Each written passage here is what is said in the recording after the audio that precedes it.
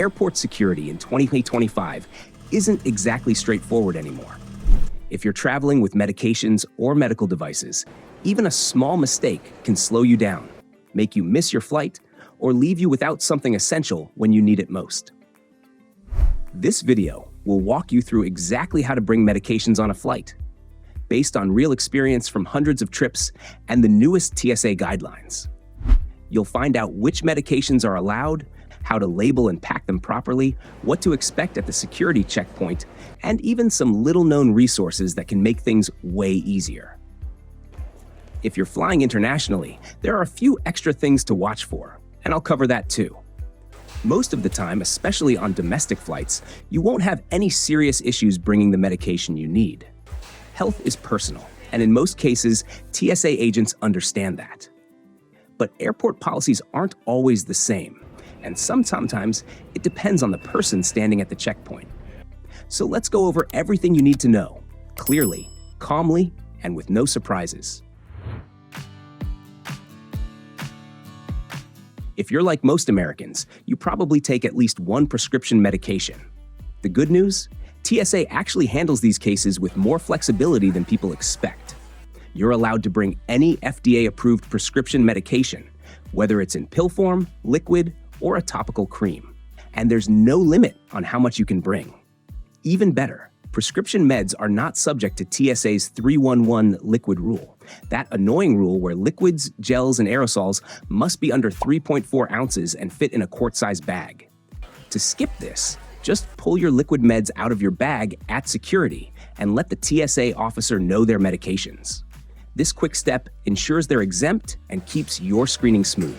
So if you rely on things like insulin, pre-filled injectors like an OmniPen, or prescription creams for conditions like eczema or psoriasis, bring what you need for your trip. No one's going to stop you. The same goes for cold packs or gel packs used to keep your meds at the right temperature. TSA allows them, even if they're partially melted. Keep your meds in their original labeled bottles if possible. While TSA doesn't strictly require it, it's strongly recommended. Tap especially for controlled substances like Adderall or Ambien to avoid extra scrutiny or delays at security. Also, try not to combine different pills into one container. It just creates confusion. And whatever you do, don't check your prescriptions in your luggage unless you absolutely have to. Always keep them in your carry-on so you've got them when you need them. Prescription meds, especially controlled substances like Adderall or Ambien, often steal the spotlight because they face stricter scrutiny at security. But over-the-counter stuff? It's way more relaxed. Since OTC meds don't need a doctor's prescription and aren't tied to legal restrictions like controlled drugs, TSA usually gives them a lighter check. You can bring as many OTC pills as you need: Tylenol, Advil, aspirin, you name it. There's no limit on how many you can carry. And it's not just pills. Liquid medications can also skip that tiny quart-sized bag everyone hates, as long as they're clearly for medical purposes. For example, saline solution for your eyes or contacts? Totally fine. Cough syrups like Dayquil? Totally fine. Just take them out separately and tell the officer they're for medical purposes. It makes the screening smoother.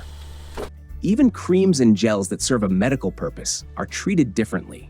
Things like hydrocortisone cream, antibiotic ointments like Neosporin, or pain relief gels like Icy Hot or Voltaren. All of those are usually allowed with no issues. And if you use skin protectants like Aquaphor or CeraVe ointment for medical reasons like eczema, burns, or cracked skin, they count too. Just let the TSA officer know if they ask. Quick tip: keep these items separate from your toiletries so it's easier to explain that they're medical related if needed. Most agents won't even blink, but being prepared helps everything go smoother. If you need to travel with a medical device, like an insulin pump, a CPAP machine, or syringes, you can absolutely bring them on board. TSA allows most devices like these, and even syringes are fine to carry, as long as they're paired with the medication they're meant for, like insulin. You can keep them in your carry-on, or check them in, but keeping them in your carry-on is usually the better choice, especially if they're fragile or something you might need during the flight. Now here's where things get a bit tricky. Some travelers wear devices like a continuous glucose monitor, CGM, or an insulin pump, and others may have metal implants from past surgeries, like a hip replacement or surgical screws. These can trigger extra screening at the security checkpoint. That's why it helps to give TSA a heads up as soon as you reach the line. Just say something simple like, "I'm wearing a medical device," or "I've got a metal implant." This lets them know what to expect and helps avoid confusion. If you're wearing an electronic device like a CGM or insulin pump, ask for a hand screening instead of going through the full body scanner or X-ray machines, as these could potentially damage your equipment. TSA agents are trained to offer alternatives like a pat-down. Bringing documentation, like a doctor's note or a card from the device manufacturer, isn't required, but it can be a lifesaver if questions arise, whether you're flying internationally or passing through a busy US airport like O'Hare. One major thing to watch out for: medical marijuana and CBD products with more than 0.3% THC are completely banned on flights, even if you have a prescription. This applies to both carry-on and checked bags, and for all flights taking off or landing in the US. If you're flying internationally, check the security rules of your destination airport too, as some countries may require translated medical documents or have different procedures. Also, if you think you might need extra help at the airport, TSA has a program called TSA Cares. Fill out a short form at least 72 hours before your flight at tsa.gov, and they'll coordinate with you to make things easier. And if you have a hidden disability, consider using a sunflower lanyard to quietly signal that you might need assistance. It's recognized at many major US airports, though availability varies. One last thing, give yourself extra time. Security checks with medical devices can take a few extra minutes, especially at busy airports. A little buffer can make a big difference. Now that you know what you can and can't bring, let's talk about how to actually prepare your medications for travel, starting with containers and labeling. For pills and tablets, TSA doesn't require them to be in the original pharmacy bottle. So technically, you're allowed to move them into a weekly pill organizer or an unmarked container if that's easier for you. But before you do that, take a moment to think it through, especially if you're carrying anything that's classified as a controlled substance, like Ambien, Vyvanse, or Adderall. With medications like these, TSA strongly recommends keeping them in their original bottles with clear pharmacy labels. That includes your name, dosage, and prescription details. And it's not just about TSA. It's also about other law enforcement or airport security agencies, especially if you're passing through airports with tighter screening or traveling between states with different medication laws. If you still choose to transfer pills to another container, it's a good idea to bring a copy or even a photo of the original label with you, just in case questions come up at security. Now, for liquid medications, whether they're prescription or over-the-counter, you'll want to keep them in their original packaging with a visible label. That's what signals to TSA that it's a medical item, and it's what exempts it from the standard 311 liquid rule. No label? It might get flagged as a regular liquid, like lotion or shampoo, and you could end up having to toss it. If you're flying internationally, take it a step further. Some countries have stricter rules than the US, and they may require your prescription to be translated into English or even the local language.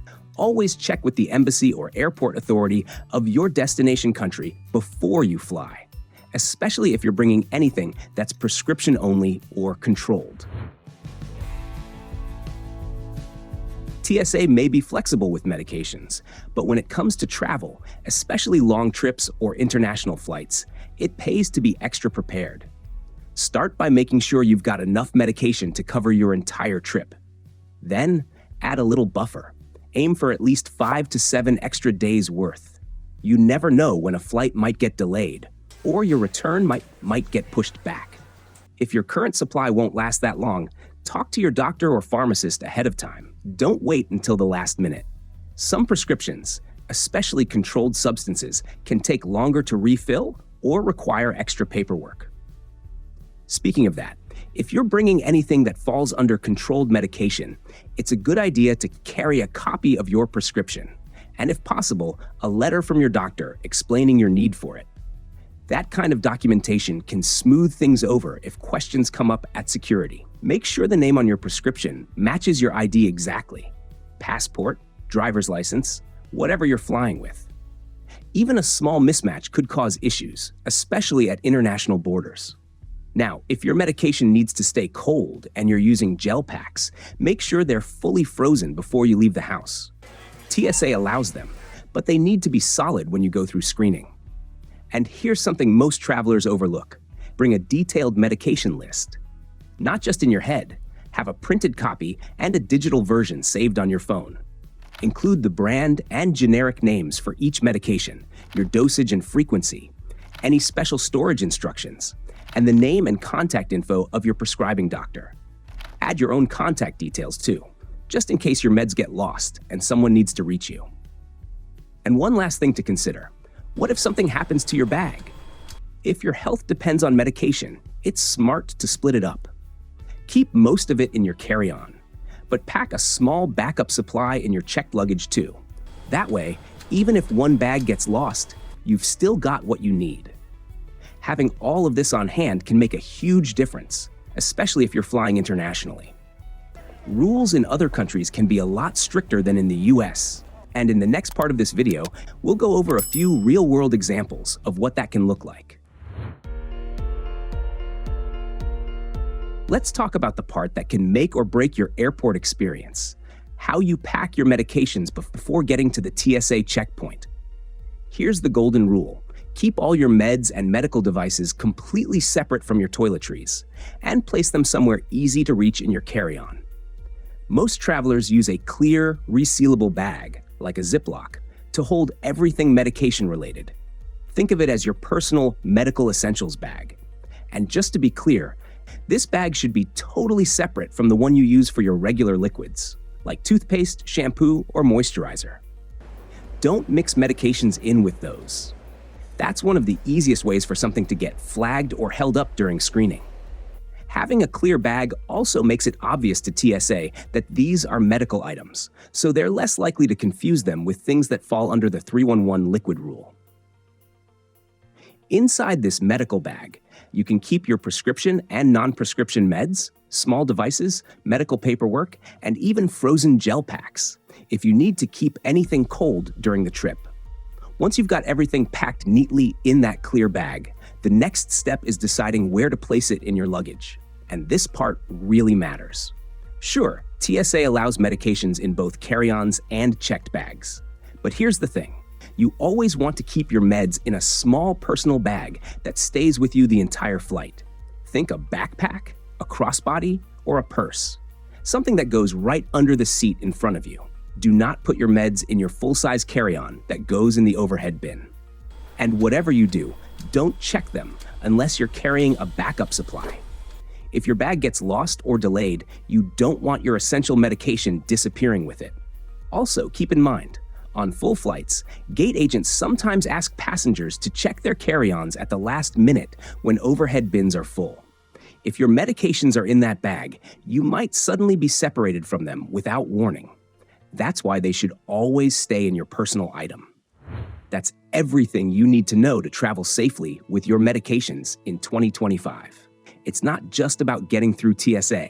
It's about making sure your health stays protected every step of the way. If you found this guide helpful, give it a thumbs up and consider subscribing for more smart travel tips, especially if you're flying internationally. In the next video, we'll dive into what it's like bringing medications through customs in other countries and the surprising rules that could catch you off guard. Thanks for watching, and safe travels.